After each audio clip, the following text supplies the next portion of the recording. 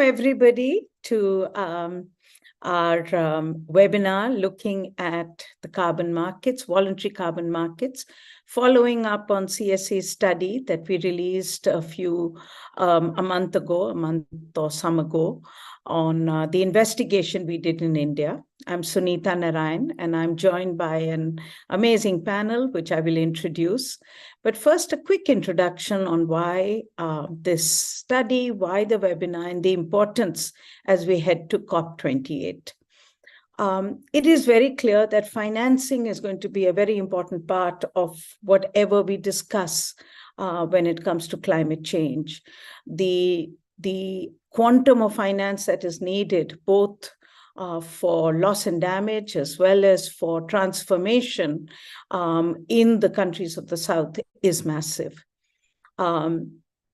The recent OECD report which came out is telling us that the rich countries, the industrialized countries, may just be reaching their target of $90 billion, which they had promised annually in 2015 to get to by 2020.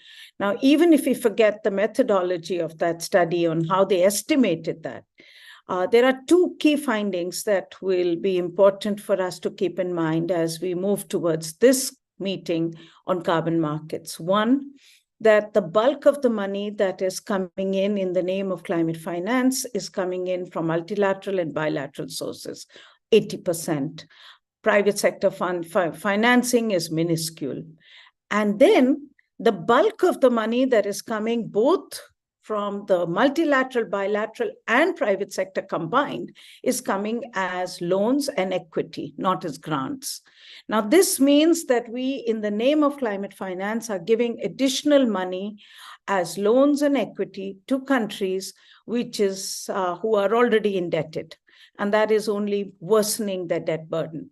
Now, it is in this context of the financing issue that the world is starting to look very aggressively and perhaps too enthusiastically at the issue of unleashing the markets and bringing in private money for making change in mitigating emissions in the South.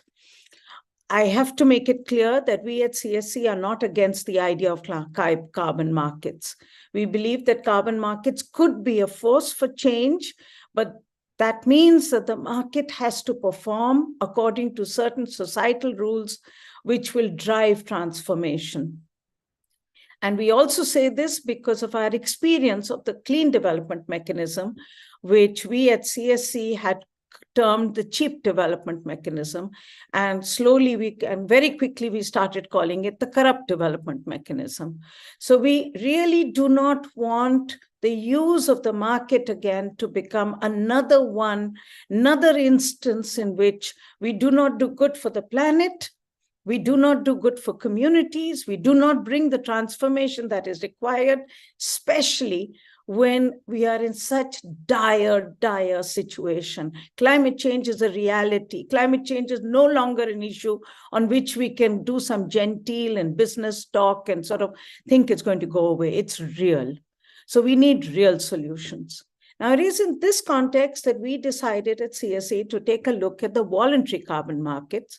There is no regulated carbon market right now. It will be discussed under Article 6.4 and Article 6.2 at the COP under the Paris Agreement. But what exists today is a voluntary carbon market. And what we found is something that we want to discuss with you very briefly, because what we really want is our three experts, Polly, Axel, and Benja, to help us to understand then what is the way ahead. And what do we see as going forward from now and beyond, if indeed we want to use the force of the market, the good of the market, for making this transformation? Is it even possible? So with that, let me turn to my colleague Trishant. Trishant is the lead author of the work that we did on the carbon markets. And I will ask Trishant, he worked with his colleague Rohini and Avantika. Avantika is here as well. But for the moment, Trishant, can you give us a brief overview what you found?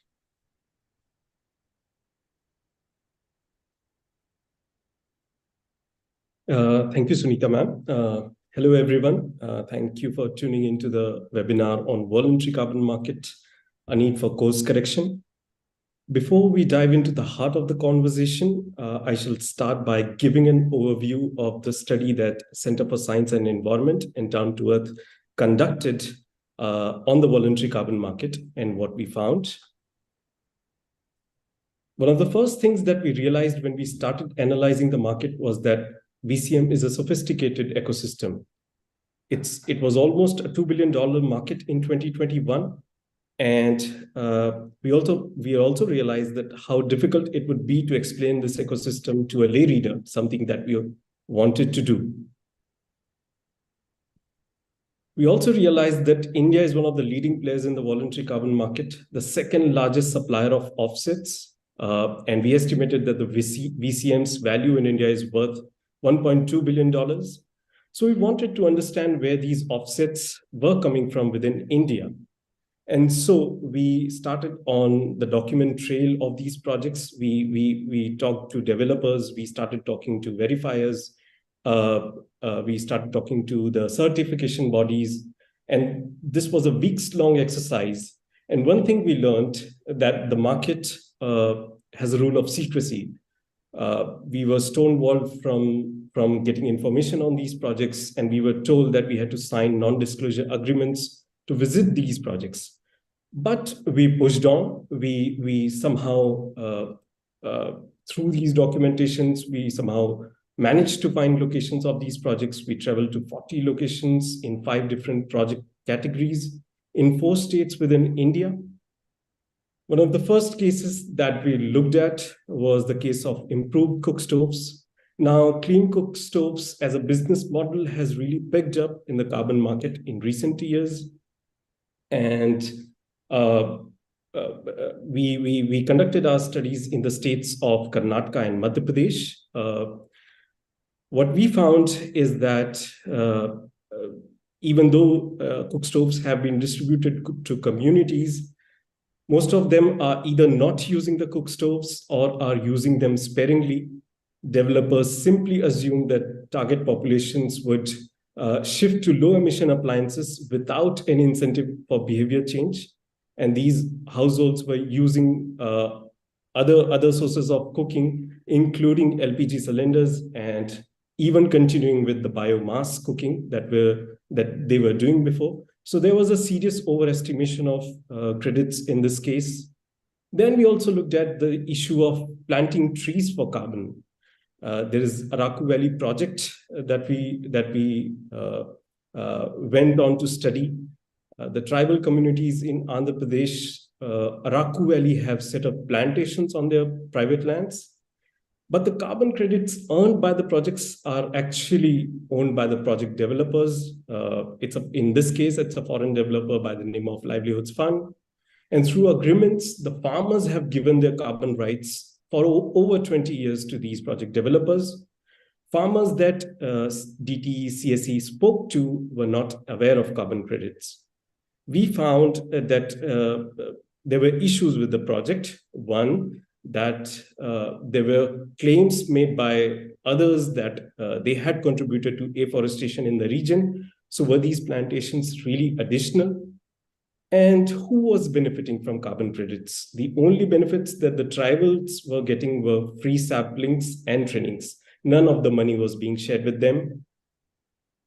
Then there was the issue of managing methane. That was the third case study that we did. It was about a technique called alternate wetting and drying of rice fields to reduce methane emissions.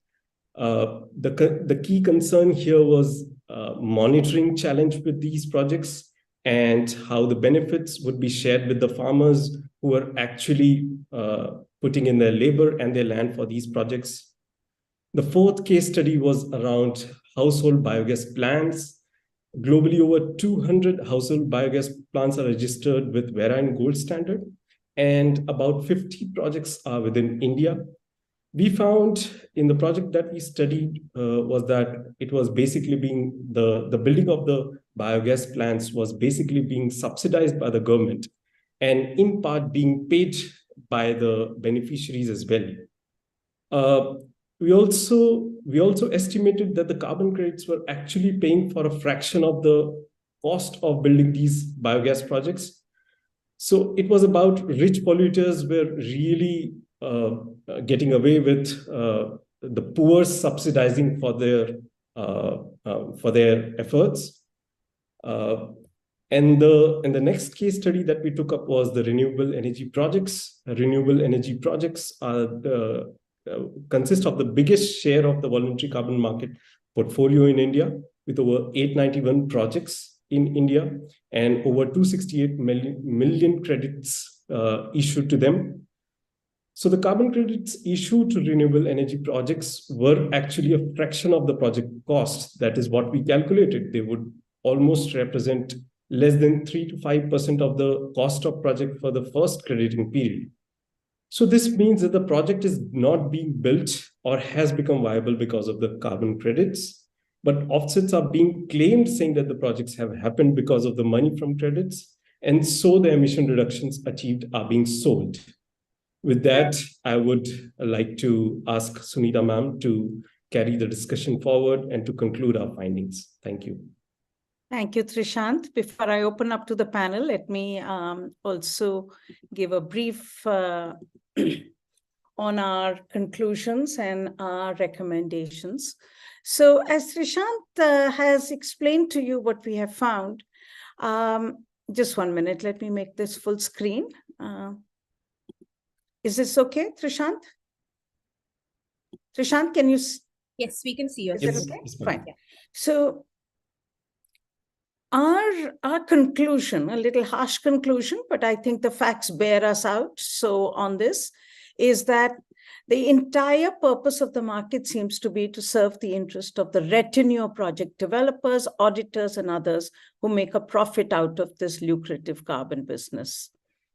The market is not about mitigating emissions. This is not the purpose of the design of the current voluntary carbon market. In fact, and this is what really worries us, it could end up increasing emissions in the world. Why? Because the buyers, let's say an airline company or an oil company, or in this case, we found a luxury goods brand, Avian Water, which has taken credits for the trees that have been planted in the Araku Valley. You would continue to emit, saying that your emissions have been offsetted, but they have not been offset. As we have shown you, they have been overcredited, overestimated, or in many cases, they are not additional. So these would not lead to the change that has been claimed, and this is a double jeopardy. We also say very clearly that in our climate risk world, we do not need the shady, secretive business of what we are calling creative carbon accounting. So what then is our agenda moving forward? One, if we do want carbon markets, and we would argue regulated carbon markets, one, we have to ensure transparency.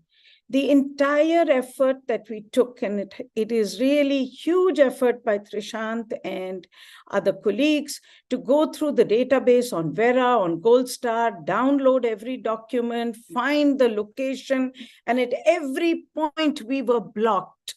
Now, this is completely unacceptable. We still don't have information on the price that was finally negotiated and sold. The market teaches us always the rules of transparency, and yet when it never applies it to itself. So this clearly is a bottom line. This needs to be done. Two, if we want carbon markets, then you have to start paying the price for real change. You have to design a market to invest in projects that will lead to real reduction in emissions. As Trishant showed you, our analysis shows that in the renewable energy projects, the offsets will pay for 3 to 5% of the cost of the project. Now, this does not make the project viable. So how can you claim that the money that you have invested has actually made that renewable energy project happen? In biogas projects, the market pays 3 to 7% of the capital cost. In nature-based solutions, the poor are not getting the cost of their labor or land. And in fact, both in the renewable energy project, where a lot of money is being put in by poor governments, in the case of biogas projects, we found it was the state governments of Madhya Pradesh, through a state subsidy, are building the biogas plants. Now, you are basically creating a situation in which the rich are claiming offsets, which are being subsidized by poor governments or poor people. So one of these suggestions is that the Rwandan government had put forward a proposal that there needs to be a floor price to carbon credit, $30 or even higher. Maybe that's the beginning, or maybe even higher. We are also saying that in the design of the carbon markets, do not shortchange people or the planet. If you look at the household devices, the chulas, very important. We know that dirty smoke is one of the killers of women. It's a wicked, wicked problem. But this is not one way that we are going to solve it.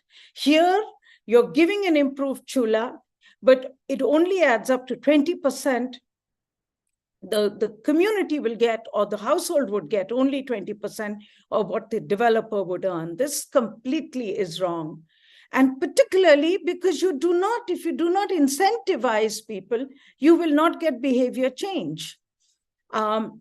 If you want people to use the smokeless chula, then you have to pay them for it. If you want people not to cut the tree or to utilize biogas energy, they must get an incentive. The Zimbabwean government, in its original proposal, had asked for substantial share of the proceeds to go directly with communities. This was watered down, presumably under pressure from private developers, but clearly this has to be part of the design. The fourth thing that we are saying is all the king's men, they basically can't even get their maths right. The current design, as I said, is to benefit the army of verifiers, developers, auditors, and they cannot even add up the maths of carbon credits. I mean, even a kindergarten child in India will tell you that a mere gift of an improved cook stove does not add up to its use, and so emission reduction. And yet, in the projects, we found that they had added up the mere distribution of the cook stove was added up as carbon reduction happening year after year after year. And of course, we found huge questions in the maths and the methodology. I'm not even getting into that. But the point that I'm making is that the name of the game is to overcomplicate the design so that there is no accountability and it is open to fudge and fraud. The business is opaque for a good reason, and we believe it is because it has secrets to keep. But the most fundamental flaw is the question about in whose credit will this all go to. We have to understand there's a change.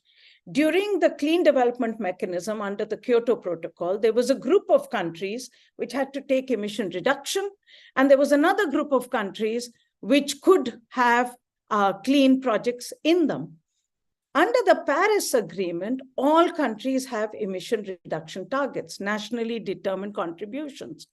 India has taken on a commitment to reduce emission intensity of its economy, to augment non-fossil fuel, to meet 50% of its electricity, to have additional forests for carbon sinks. But in the analysis we have done, we have found that we have already signed 675 renewable projects for 268 million tons of CO2e. So in whose account will they go? These offsets had already been claimed. It's the same thing about trees. How will we account for the trees that have been planted? Which are the trees that we will count and which will we not count? So we are saying redesign carbon markets for real change. Voluntary carbon markets must be aligned with every country's NDC. Emission reductions must be counted as domestic offsets. Exports for offsets, voluntary or official, must be for projects which are expensive for a country to undertake. So, for instance, in the hard-to-abate sectors, India definitely needs to improve, get technologies for its steel industry, for other industries. Those are the kind of projects that we need to price and where the market needs to pay. Otherwise, countries will sell their low-hanging fruit, cheap emission reduction options, and then be left with the reductions that they cannot afford. Now, this means that they will continue to emit. And remember, we have a common atmospheric space. We will all lose. So in this, what we are saying is redesign carbon markets to work for planet and for people. That's really what our conclusions are. So with this, let me turn and let me introduce my panel and tell you and ask them to speak. Axel Michalova is an old friend. He is a senior founding partner at Germany's Perspective Climate Group. It's a German-based organization. And Axel is an expert in the field of UNFCCC negotiation process and has been following the market mechanisms very closely. Polly Hemming. Axel, let me introduce everybody. Or maybe start. If you give me 1 minute, I'll just introduce everybody and then get to you. Polly Hemming is a new friend, but I hope someone we will work with for years. She is the director of Australia's Institute of Climate and Energy Program, and her work centers around carbon and environmental markets, climate integrity, and greenwashing. Benja Fox works with the nonprofit watchdog Carbon Market Watch as an expert on global carbon markets. So as you can see, we have an outstanding panel, and I'm now going to turn to Axel for his presentation. Avantika, can you take over from me for a minute? I'm going to very bad. Sure, absolutely. So Axel, why don't we see your presentation? From you, we'd love to hear. Thank you very much. Yeah. Good. Happy to come in. We're very happy to hear about. Yeah, please go ahead. Happy to see the big crowd. I'm seeing that CSE is still pulling the crowds. That makes a lot of sense. And actually, I've been trying now in India to talk to many people about voluntary carbon markets. Most of the people thought it's a gold rush. And for example, you may have heard the story of the stock of Enking International rising 100-fold from its issuance price, but also now going down again 90% from the issuance price. So you see it's a gold rush, and I'm happy to see that CSE has exposed some of the problems that the carbon market actually generates in India. I just want to come first with a conceptual approach, because carbon markets, they are tasked to increase ambition of climate policy. And here you see there, of course, 3 pathways: the gray one, which business as usual, the blue one, then the NDC targets, and the red one, the pathway we would need for 1.5 degree. And of course, most countries have made a nice target in the NDC, but don't have sufficient policies. So there's an action gap.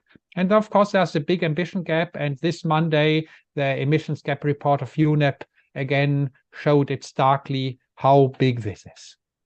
So the carbon markets can contribute to implementing existing policies, to address the action gap, to go beyond. And that's actually where the voluntary carbon market would have its main task, but also to go beyond, to actually increase ambition beyond the NDC targets. So, of course, what does this now mean? I again use the same concept for the different claims that entities can make out of the carbon markets. So anything that goes into the NDC, either for the existing or planned policies or the action gap, should not be used for offsetting. It is a mitigation contribution, so it means it helps to fund policies or the action gap, but the offsetting, which we've seen, of course, so far, that should be limited to closing the emission gap. So to go beyond the target in the conditional NDC. And of course, many companies are not communicating correctly. They are communicating, they are offsetting for stuff that only goes into the upper blue elements. So what then does this mean in the context of the link between the voluntary carbon market and Article 6 of the Paris Agreement? It means that we have various pathways for emission credits from mitigation action internationally. We will have the Article 6.4 mechanism, which is the successor of the CDM, that will generate its own type of emission credits called Article 6.4 emission reductions. We have the independent standards in the voluntary carbon market. I tend to now call them private programs because independent is a too positive term. It should be just said they are private, they are programs, and many of them are bad. And I think what the CSE report has shown reinforces this general message. They generate certified carbon credits. And then we have the bilateral or even multilateral approaches under Article 6.2. They, for example, the joint crediting mechanism of Japan, generate mitigation outcomes. And now the critical aspect is, what does the government do? If the government does a corresponding adjustment for any of those types of carbon credits, then it becomes an ITMO under the Article 6, under the compliance market, and then it can, of course, be used for either foreign NDCs, for the airline offsetting system CORSIA, or the voluntary market. If the government does not give the corresponding adjustment, then we have a purely voluntary credit. And this can be used towards domestic NDC, and there I fully subscribe to the CSE conclusion. Any voluntary credit without corresponding adjustment in India can only help the domestic NDC. It can't do anything else. It can't be claimed towards something abroad. And it can, of course, signify that is results-based finance that is going into these activities. And of course, yeah, it is getting into the voluntary carbon market. So, of course, the critical aspect now is, what do the governments do? What do they authorize? And of course, there's now a lot of pressure by these private programs like VERA to make governments authorize voluntary credits. And this should not be done, because we have 20 years of lessons of international carbon markets to show which credits are good and which ones are bad. And the most critical aspect, of course, on which I've now been working 20 years and lobbying 20 years for stringent approaches, is additionality. And fortunately, now under Article 6.4, we have a better additionality definition than we had under the CDM. Because now the definition says the activity needs to show it is mobilized by the incentives from the credit sales. So it's not the old circular argument in the absence of the activity. Now we really need to show the activity is mobilized.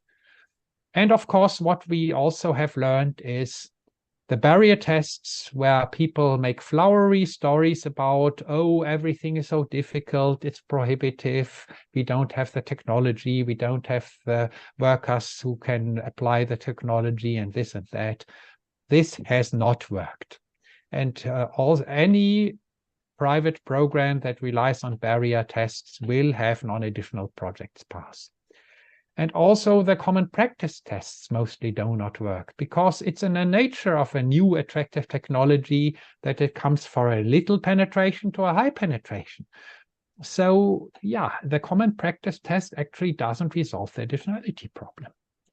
We know that investment tests do work if the auditors properly check the evidence for parameters. I still remember when I was doing my first public comment on a steel energy efficiency CDM projects in India, I criticized because there was a clear statement in the annual report of the steel company that this is hugely commercially attractive. And the auditor replied, Well, we only look at the information from the project developer. You refer to something external, and well, so fortunately now the CDM has improved. We hope that the Article 6 mechanism will also improve, but what we see on the voluntary markets often is still the same style like the example I give. We have seen attempts to work with positive lists, so activities that are deemed automatically additional. But these lists are sticky in the sense they remain valid for much longer than they should be. And of course, technologies evolve over time, costs go down over time, so the positive lists are really problematic. The second critical learning is on baselines, the conservativeness of baselines. And again, fortunately, 6.4 principles are really good because they say the baseline needs to be below business as usual. So 2 years ago, I wrote a research article arguing we should now introduce what I call ambition coefficient, a discount factor that gets bigger and bigger over time. So eventually any emission reduction project would no longer generate carbon credits, and that this coefficient should reach 0 in the year when the country is having its net zero target. This has now been processed in the negotiations of the Article 6.4 supervisory body.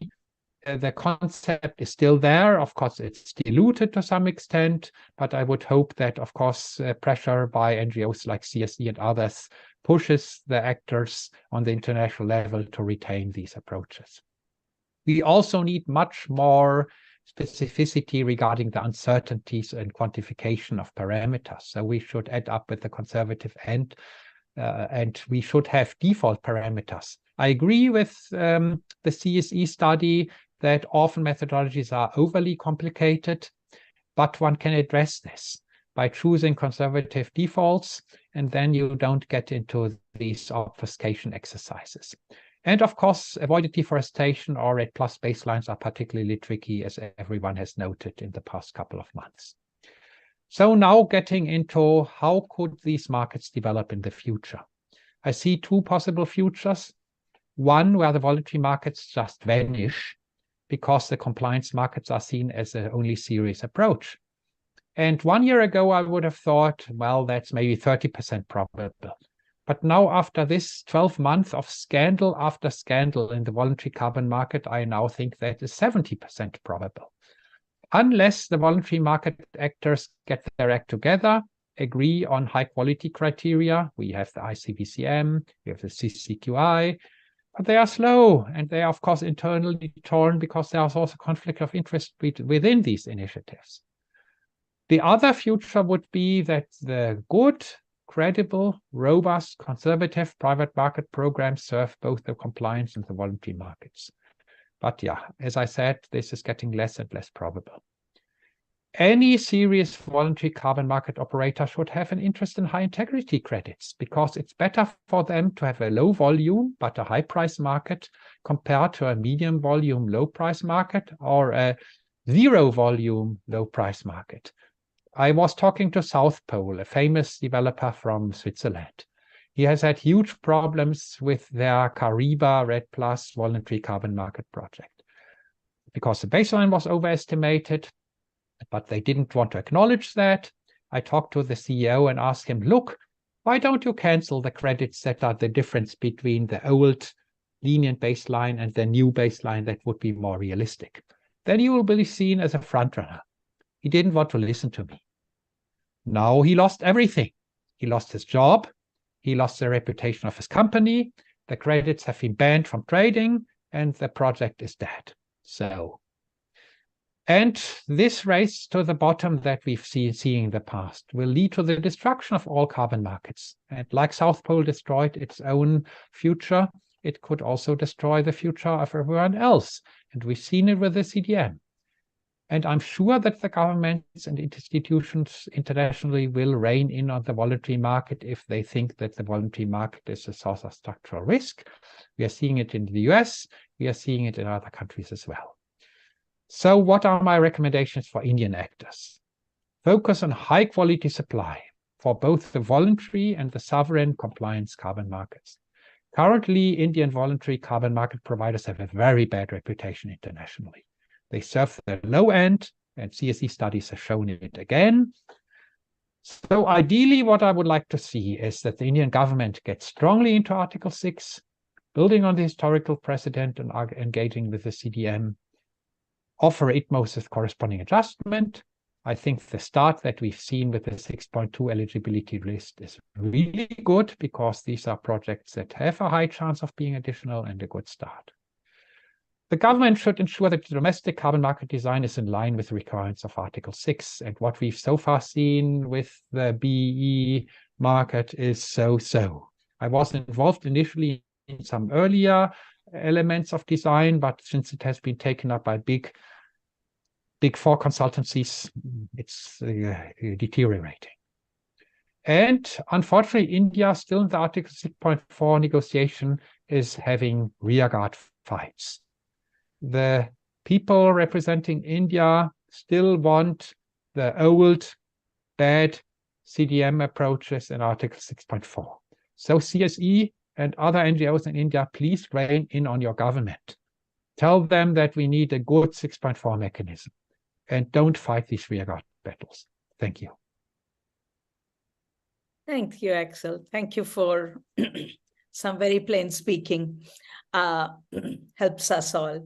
Polly, if I may now call upon you and particularly give us an idea of Australia and both your view of the globe, but also as you see it from Australia.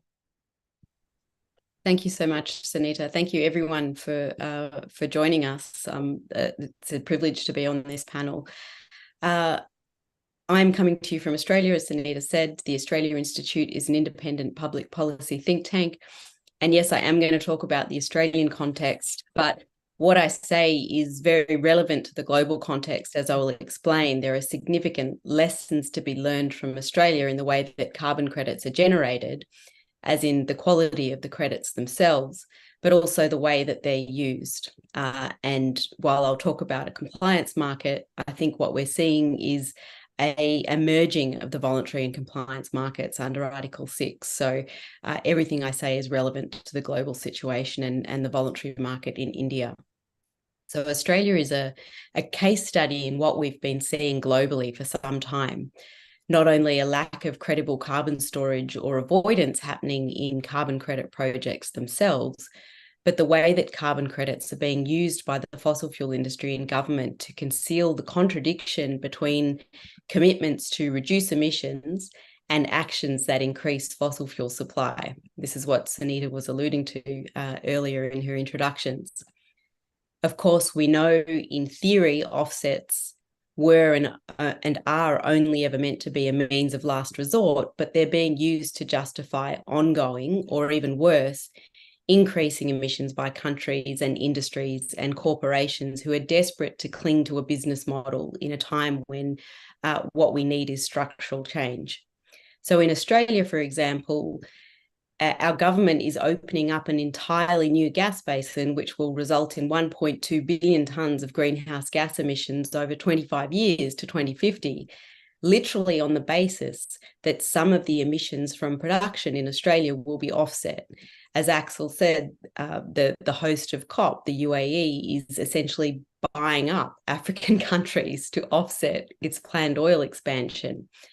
Offsets are resulting in increased emissions because they allow government and industry, whether it's the compliance market or voluntary market, to sell the fantasy of carbon neutral fossil fuel production and fossil fuel products.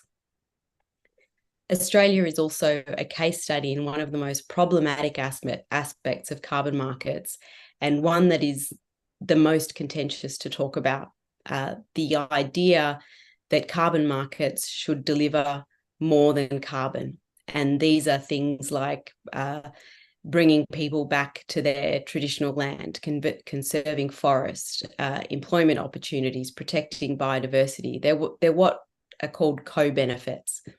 And communities and not-for-profits and academics who have been starved for funding over decades are now hitching their wagons to carbon markets to deliver social and environmental and cultural outcomes that they have never been funded to deliver. It's at the point where carbon markets are not even about carbon anymore. But if that lack of carbon is exposed in a carbon offset project, the argument by proponents is often, well, look at all the other good things the offset project was doing. So market mechanisms to deliver what economists call public good is such as the environment or health, the things that we all have a right to access, is a flawed premise according to economic theory. But trying to bolt those public goods onto the side of a market mechanism that is underpinned by an invisible commodity is verging on madness. And it's a really hard thing to talk about because, of course, these things should be funded. It's a tragedy. It's criminal that they're not, but market mechanisms and carbon markets to deliver them are not the right vehicle. So getting to the Australian context, there are two things you need to know and to remember about Australia. One, we are a petrostate. We are the world's third largest fossil fuel exporter. We have over 110 new gas and coal mines recognised as under development by the government in Australia. We give $11 billion in subsidies every year to fossil fuels. We approved a new coal mine today. The mines that we're approving are scheduled to run in late or middle of this century.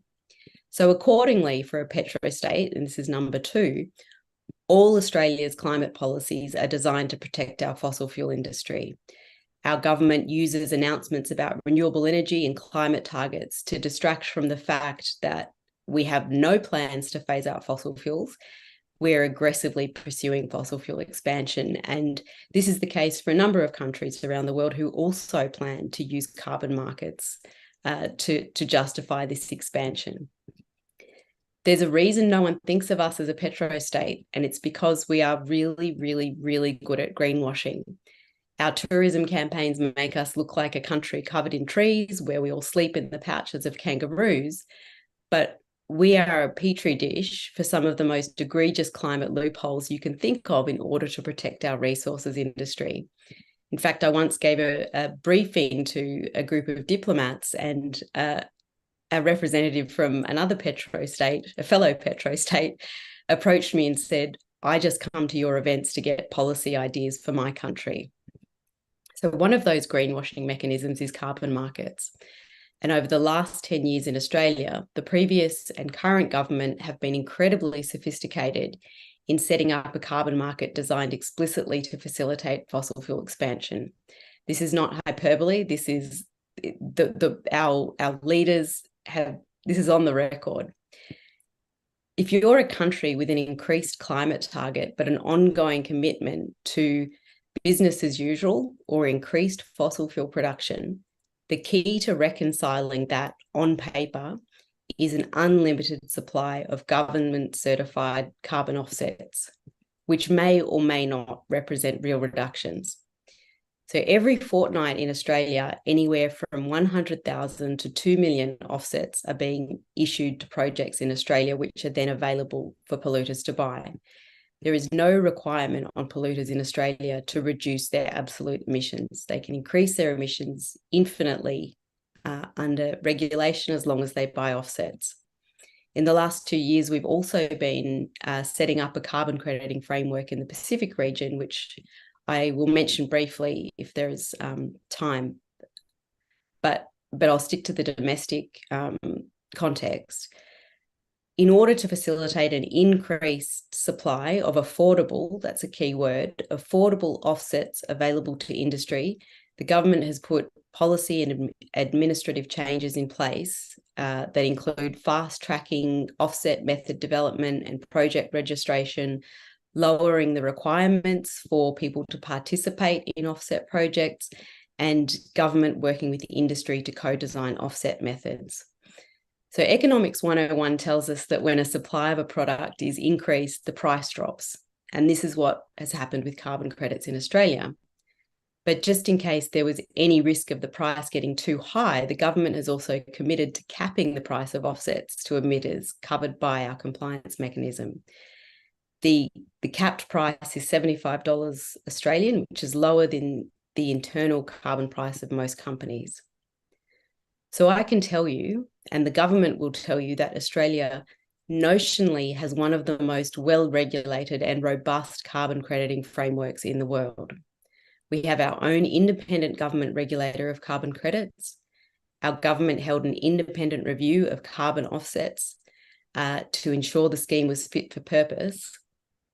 But I can also tell you that despite these regulatory mechanisms, Australia's carbon market is not only facilitating gas expansion, it's characterised by a lack of transparency, just as Vera is, just as Trishant found in his research, a lack of additionality, a lack of science, a lack of independence, poor governance. It is rife with conflicts of interest and corruption, and is resulting in perverse outcomes, including an increase in land clearing. All the problems you see in these private frameworks, like Vera, can be found in Australia's carbon market. And this has come about because of an emphasis on supply and price suppression and profit maximisation over integrity. Corners have been cut, problems have been overlooked, and numbers have been fudged. Over 80% of carbon offsets in Australia have been found by independent experts to be hot air.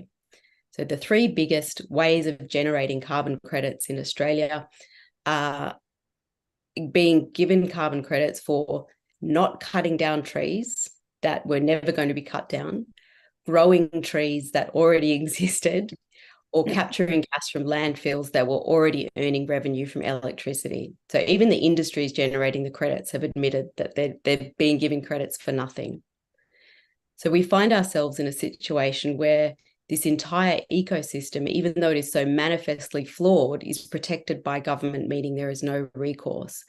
And I suspect I've been talking for a while, so I'll just quickly jump to the lessons that should be learned here. Australia's carbon credit system should serve as a warning to the rest of the world, because as governments look for means to achieve international climate targets without making structural change, regulatory focus on carbon markets is going to increase, because carbon offsets offer government and industry a real-time solution to balancing their emissions on a spreadsheet.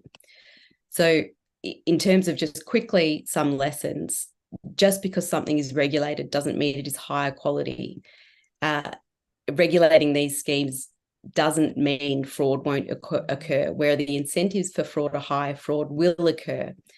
The quality of carbon credits actually ultimately doesn't matter if they're used as offsets, because at best, if all emissions are offset, it's only ever a zero-sum game. You can have the highest quality offsets in the world, but if they are used to justify a new gas project, the result is an increase in emissions. Financing for these mechanisms is not agnostic. Currently, carbon credits are only financially viable because of ongoing emissions. We keep hearing about how carbon markets need to scale up, and in the current context, that means ongoing or increased emissions. And this may be quite a cynical view, but to be clear, we've had 30 years of carbon markets failing people and the climate. Every time a new investigation reveals fraud or exploitation, the industry says, oh, let's tweak this, or let's add another layer of bureaucracy. We keep hearing that carbon markets are critical, but no one can tell us how. Maybe we need to accept that this system is actually never going to work. We don't have another 30 years to find out whether slight improvements will prove us wrong. Thank you, Polly. Thank you very much. That's very, very wise words. And I hope we're all listening, because Australia's experience is something that we all need to learn from. Regulation is not quite the answer. Benja, can I now request you, please? Yes, sure. Let me share my screen for a second. And then you can all see my slideshow. Perfect. Yes, I'm having an eye on the time. I will try to talk in the 10 minutes. So yeah, quickly introducing Carbon Market Watch. We are a watchdog that is active in voluntary carbon markets, but also following and observing the Article 6 negotiations. And I am working on global carbon markets. I'm really focused on VCM. I'm really thrilled to see what COP will bring for us. This is not my focus of work, but I'm still having like a side eye on that. And for today, I prepared some input that is discussing the role and the potential of industry standards and regulatory checks and initiatives on integrity in the VCM. And I know this is like a topic that is moving all the time. And so yeah, it goes also with a broader discussion of some fundamental kind of things and issues in the VCM. So that's why I want to quickly talk about transparency issues in the VCM, as has been echoed in the CSE report and also in a study that we commissioned, conducted by Allied Offsets earlier this year, that there are some fundamental problems regarding transparency. Secretive intermediaries are basically blocking any insight into market prices, money streams, and that means that there's financial intransparency not only on the micro level, but also on the macro level. And with the micro level, I mean that there's no official way of finding out how much money actually goes into projects. And with the macro level, I mean that there's an opaqueness of the VCM when it comes to the question of how much money is actually flowing in the entire market. You might have heard of this $2 billion US dollars of market volume that's commonly circulated as the market size, but it's just the accumulation of the values of the transfers that are made before the credits are retired, and does not really stand for climate finance in the sense of the, I would say, basic objective of the VCM itself. And it's also important to flag here that the current rules and regulations that are provided by certification, but as we also heard then of national regulation in the case of Australia, are not sufficient to prevent harm or sieve out the most risks. And this leads to the current state in which we're depending on investigations like the CSE report to find out about impacts of projects rather than being able to trust project documentation if one finds it easy to surf through that anyways. And then I wanted to quickly touch upon the problem of the offsetting model, because the offset model and letting the free market decide on market prices is creating a race to the bottom that it's really, really hard to get out of this vicious circle. So we all know that the VCM is a complex institution in which actors are entering with different incentive streams and following different objectives. You have a supply side where quantity is more important than quality, and project developers as well as certification bodies are earning revenue per credit, and that incentivize to generate high quantities. And VVPs are hired by project developers, which is also putting a lot of weight on the work that they're delivering. So this alone, and this next to the variation of rules, and the kind of freedom that methodologies and different sorts of methodologies are offering, this leads to high levels of inaccuracy and is not compatible with absolute claims like carbon neutrality or CO2 offsetting, and all those terms. So yeah, this is the current state of the VCM, and I wanted to highlight here that there are projects in the VCM that are worthwhile investing in, and the objective here would be probably to find those projects that are worth investing in and trying to channel money into those. This is for climate action as well as for the sphere of co-benefits. And then I wanted to quickly talk about the ICVCM, as this is the upcoming initiative that is setting the benchmark for at least the supply side. The ICVCM is attempting to set the benchmark, is doing so on a quite high level basis as it comes when it comes to the core carbon principles. And it does have good elements, but it also opens doors for interpretation, because whenever requirements cannot be met that are outlined in the framework, people can go to alternative or equivalent rules, and what that means is it's basically free for interpretation. So it really depends on, I would say, the upcoming decisions on which types of credits will make the cut. Exactly. And at this point, I actually wanted to share that yesterday Carbon Market Watch has published a report on benefit sharing. We commissioned this report from Öko Institute, and we looked into different carbon credit VCM projects and about the arrangement for benefit sharing. And it has been sobering results again, but one takeaway from that report is that the ICVCM is planning to continue the work on setting benchmarks also for benefit sharing as part of its work program, and that we can conclude that the inclusion of very strict benefit sharing arrangements should be a goal to work towards, and that's also something that we can put forward at COP. And there's another set of actors that has recently entered the VCM, which is rating agencies. And rating agencies are looking not on the activity level, but on the project level, and assessing carbon credits based on different assessment frameworks. And I must say,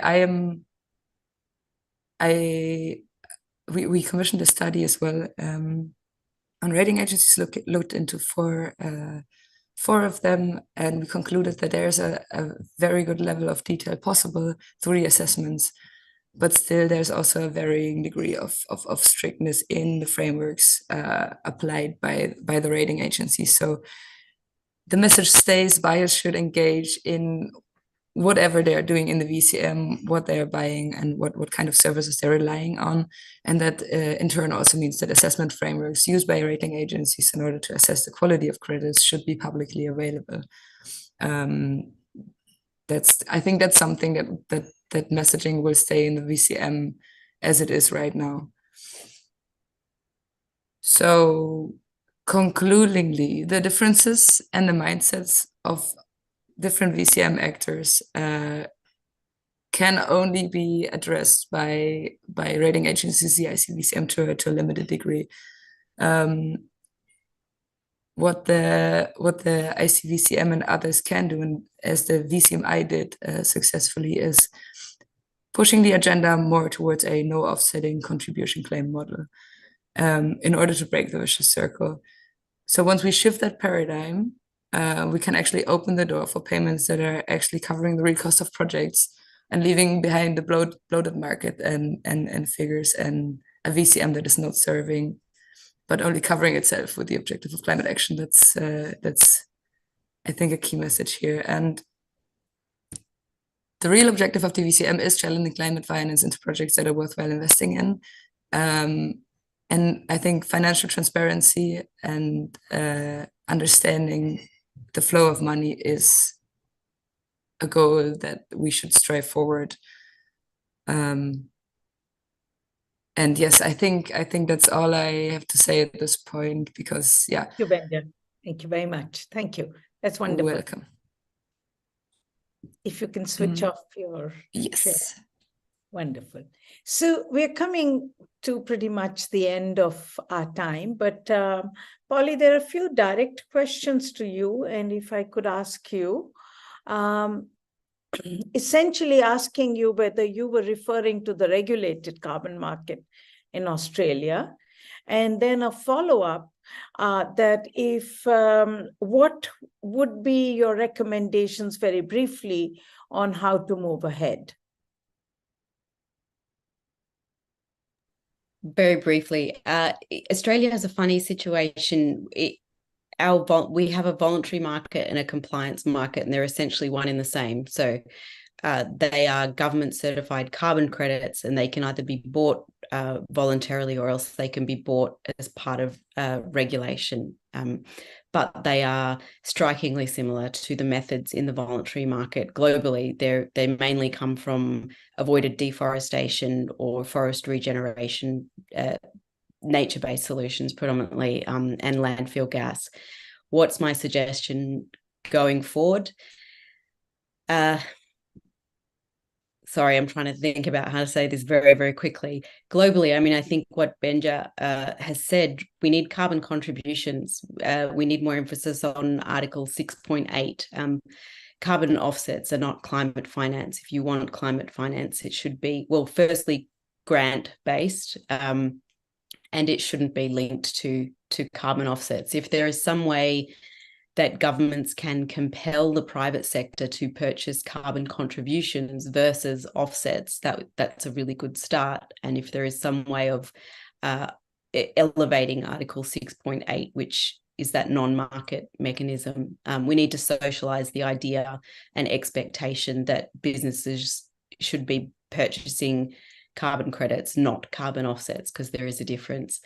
In Australia, if we removed the fossil fuel industry from the picture, there would be far less industries needing to buy carbon offsets. And I think we would remove a lot of the integrity issues, because there would be far less impetus to provide such vast quantities at a suppressed price. So not allowing the fossil fuel industry access to offsets, or as a generator or as a purchaser, I think would avoid a lot of these problems and incentives for fraud. There's a question, Axel. I'm not directing it only to you, but as a wrap up to everyone. So India is looking at a carbon market, a domestic carbon market, and there is then the voluntary carbon market, and then there is these rules that are going to come in. How do you see these three fitting in, and particularly with the NDC? So very quickly, if I can ask if Benja wants to come in on this, otherwise Axel, who can speak on this, and then I will wrap up. Yeah, so the compliance market in India, of course, will have a characteristics of an emission trading scheme. Whether it has a really relevant cap, I don't know. It may have only an intensity-based cap like the Chinese system. And of course, so this doesn't directly resolve the issue of the credit quality. So the challenge will be, will this system allow the use of credits instead of allowances? And if yes, what are the quality criteria for the credits that are allowed? And there we have now some examples, for example, Colombia, South Africa, where credits are allowed against the carbon tax. So Colombia allowed essentially everything, as well as South Africa. So of course, I would think that if the government restricts the credits to credible ones, then it could generate a really very relevant signal. But if it just does it the way it has been done elsewhere, it will not help. Thank you, Axel.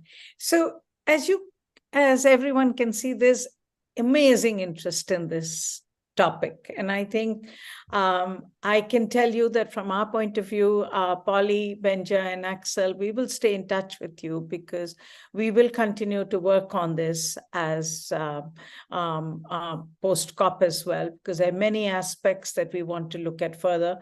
So Trishant, I'm promising you that you will work on this going forward as well. But I think a few issues that have come out, and if I may quickly sort of wrap them up also for our future conversations.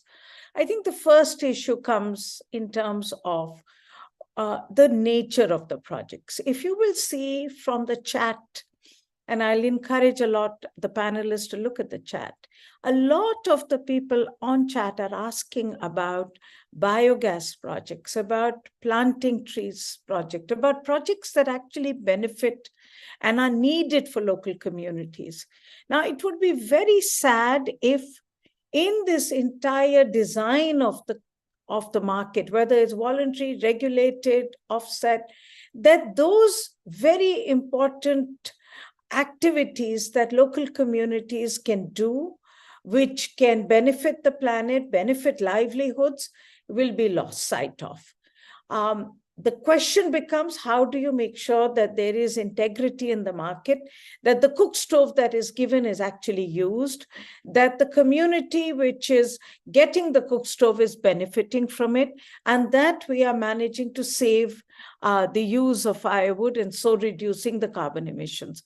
So it's a methodology issue. It's an issue of providing benefits, an issue of making sure that the projects are much more solid in the hands of local communities.